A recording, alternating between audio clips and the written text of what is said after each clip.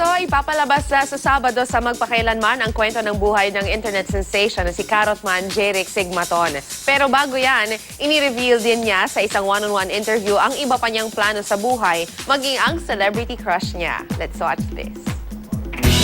Mula nang mag-viral ang kanyang mga litrato noong Pebrero, malayo na ang narating ng binansagang Carrotman na si Jeric Sigmaton. Kabi-kabila ang kanyang TV appearances at ganap na rin siyang endorser. Sa Sabado, tampok sa programang Magpakailanman ang kwento ng buhay ni Jeric na gagampanan ni Jake Vargas. Pero bago yan, nakitsika muna sa atin si Carrotman. Mga kapuso, dinayin natin dito sa Baguio ang nag-iisang Carrotman na si Jeric. Hello, Jeric. Hello po. So, kumusta ka na? Mabuti naman po. Sobrang saya raw ni Jeric dahil sa mga biyayang natatanggap niya. Sa dami ng exposures niya ngayon, handa na rin kaya siyang sumabak sa drama pag nagkaroon ng chance. Kakayanin. Kakayanin po.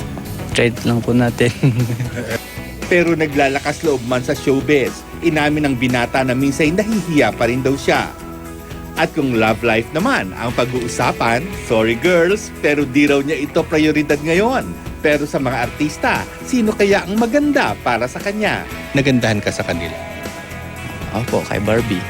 Anong nangyari? Anong nangyari? Sa kabila ng tinatamasang kasikatan, normal pa rin daw ang buhay ni Jeric. Nag-ani po nung umuwi.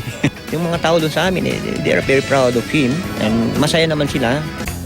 Nais daw niyang patuloy na tumulong sa kanyang pamilya at magsilbing inspirasyon sa mga kabataan.